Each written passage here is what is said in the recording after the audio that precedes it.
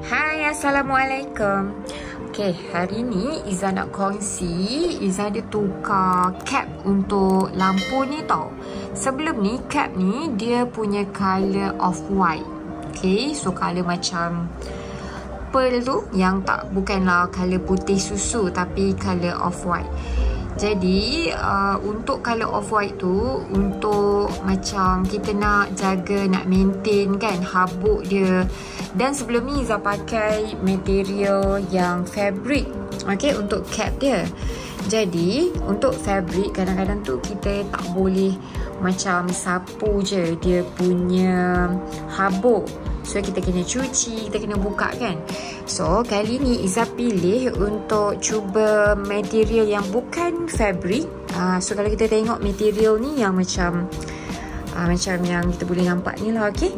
So kalau habuk ke, senang dan mudah sangat untuk kita nak bersihkan. Okay, kita hanya boleh pakai tisu basah ataupun kita boleh pakai kain yang kita basahkan dan kita boleh cuci.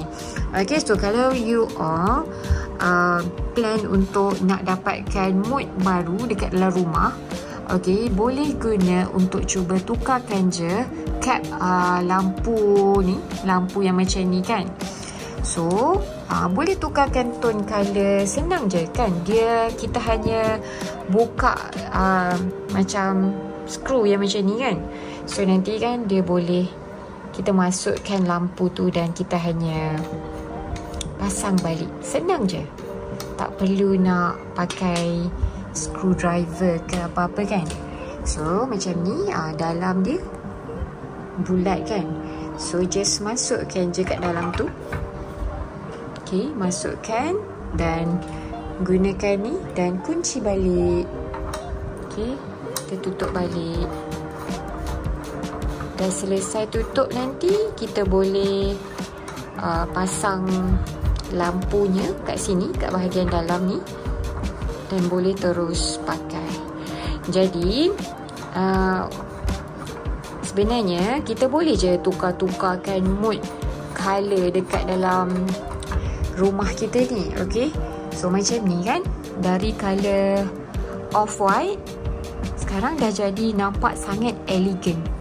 Okay, so Izzah memang ada lampu yang colour gold macam ni sebab kalau kita tengok dia ada colour putih, colour gold kan. So senang untuk kita nak match dan tukar-tukar. So macam this time Izzah pilih colour tone yang gelap. So match lah dengan langsir kan. So langsir pun tone yang gelap. Okay, so kalau you all nak ubah mood untuk raya tahun depan, mungkin boleh consider untuk dapatkan cap ni. Okay, alright, thank you for watching. Jumpa lagi. Assalamualaikum.